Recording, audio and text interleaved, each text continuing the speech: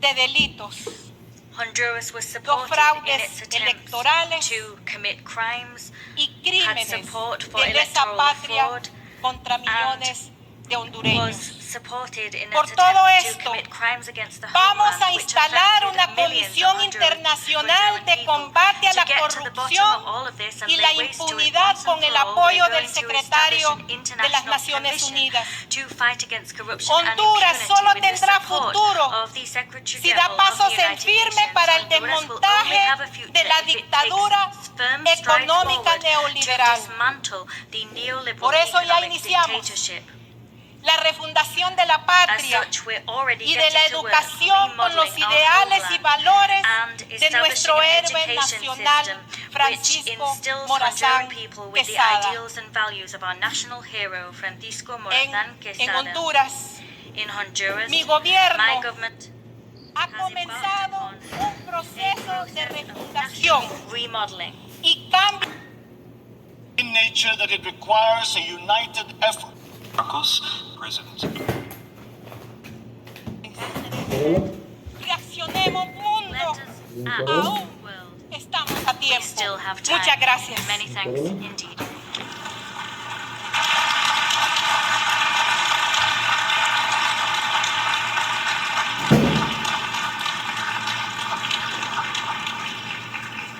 On behalf of the Assembly, I wish to thank the President of the Republic of Honduras for the statement just made and request protocol to escort Her Excellency.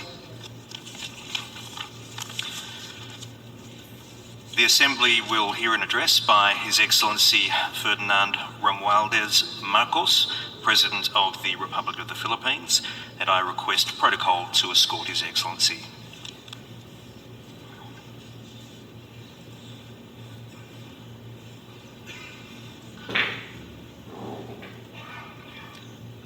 On behalf of the General Assembly, I have the honour to welcome His Excellency Ferdinand Romualdez Marcos, President of the Republic of the Philippines, and to invite him to address the Assembly.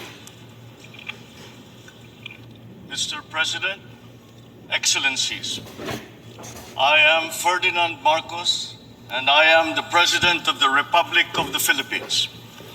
I stand today on behalf of 110 million Filipinos. At this time of crisis and opportunity, I bring with me the spirit of their enduring commitment to the ideals of our United Nations. This commitment is reflected in our solid contributions to the cause of peace and of justice.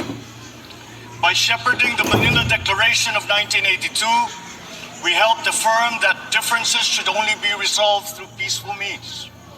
By reinforcing the predictability and stability of international law, particularly the 1982 United Nations Convention on the Law of the Sea, we provided an example of how states should resolve their differences through reason and through right.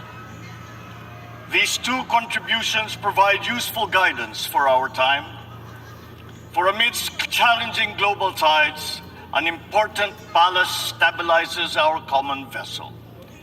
That is, our open, inclusive, and rules-based international order that is governed by international law and informed by the principles of equity and of justice.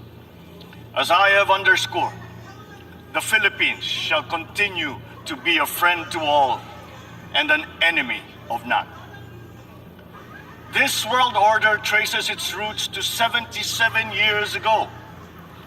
Your first Asian predecessor, Mr. President, General Carlos P. Romulo, called on our leaders then to make this floor our last battlefield, to determine in this hall whether humanity is to survive or be wiped out in another Holocaust. Our peoples chose survival. They chose cooperation.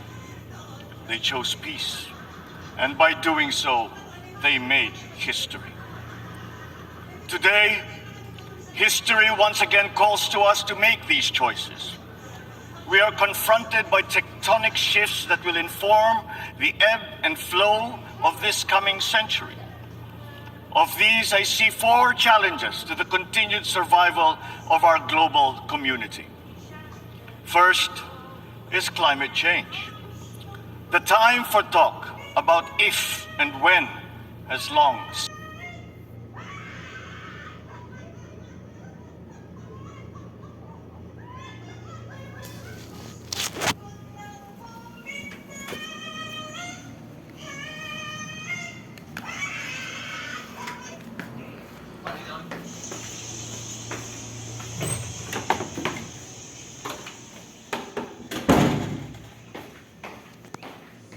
Net mapid andar.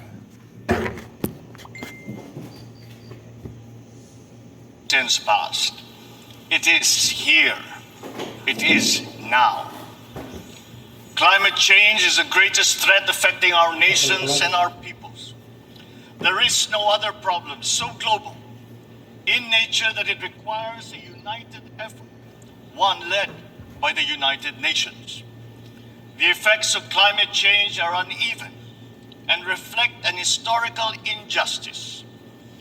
Those who are least responsible suffer the most. The Philippines, for example, is a net carbon sink. We absorb more carbon dioxide than we emit.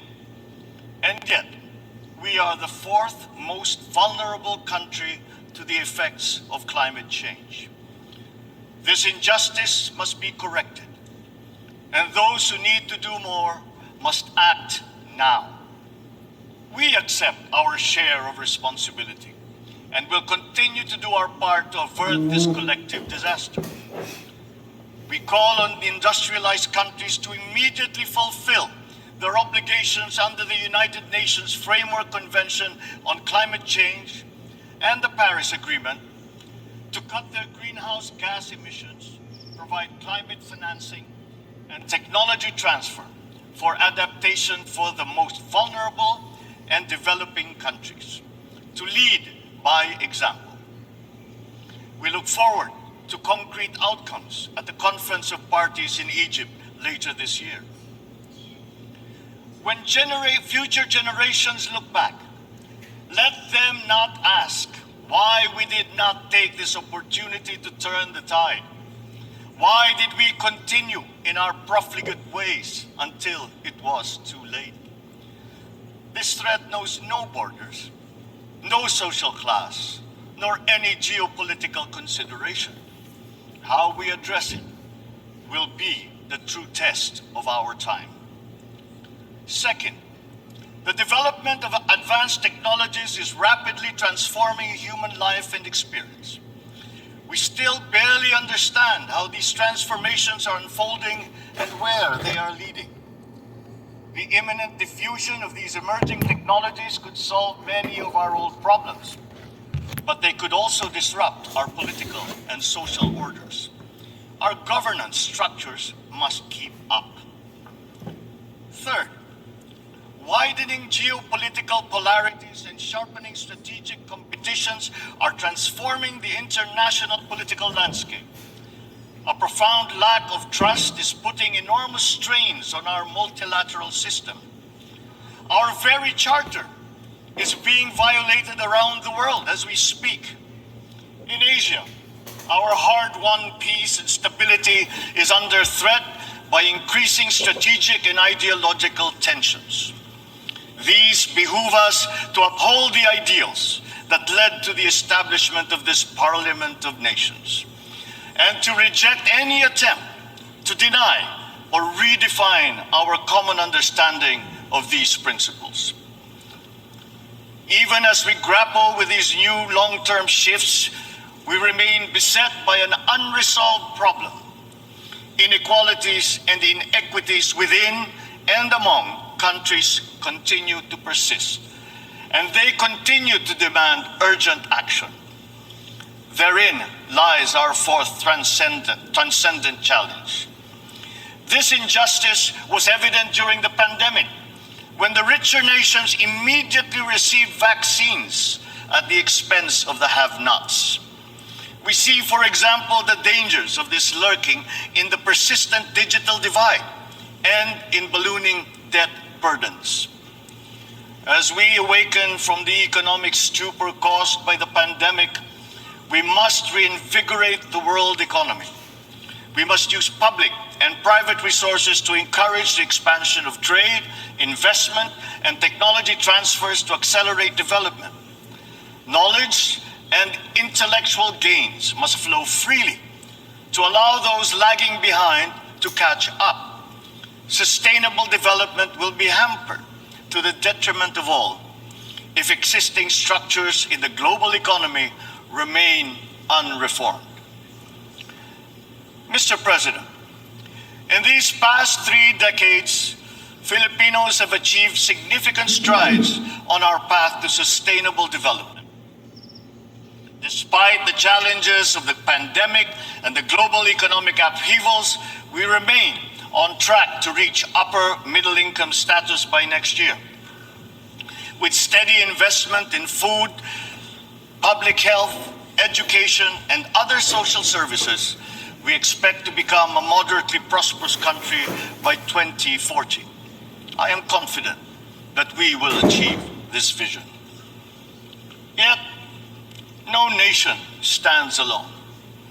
The achievement of our national ambition requires a global environment that creates conditions that allow all nations, including ours, to thrive in peace. We need the United Nations to continue to work. And we, the Philippines, are determined to be part of that solution. The Philippines did not hesitate to donate to the COVAX facility that helped provide vaccines in many parts of the developing world. Multilateralism and international cooperation do make a difference. Filipino health workers were at the front lines in many countries to curb the spread of the virus, risking and oftentimes sacrificing their own lives to save those of others. We have always been an optimistic and courageous nation. Despite the enormity of these challenges, we believe that solutions are within our collective grasp. You, Mr. President, have already identified 3 tools that are at our disposal. First, solidarity. We need to reaffirm the wisdom of the founders of our United Nations. This means transcending our differences and committing to ending war, upholding justice, respecting human rights, and maintaining international peace and security. Galing. Nuclear weapons continue to Galing ng pose an sinabi niya. existential threat despite our efforts to build norms that resoundingly prohibit them. We must reject the notion of deterrence and remain committed to decreasing the global stockpile of these weapons. At the same time, we must also address the scourge of the proliferation of all weapons, be they small arms, light weapons, or improvised explosive devices. Our work must also focus on ensuring that the international system remains fair, not only for all states, but more importantly, for all peoples. This system must work for the most vulnerable, especially the marginalized, migrants, refugees. The world has witnessed the enduring contribution of migrants in the fight against this pandemic. We still dream of an end to the disturbing incidents of racism, of Asian hate, of all prejudice. The Philippines United Nations Joint Program on Human Rights is an example of a constructive approach that puts our people, not our politics, at the center.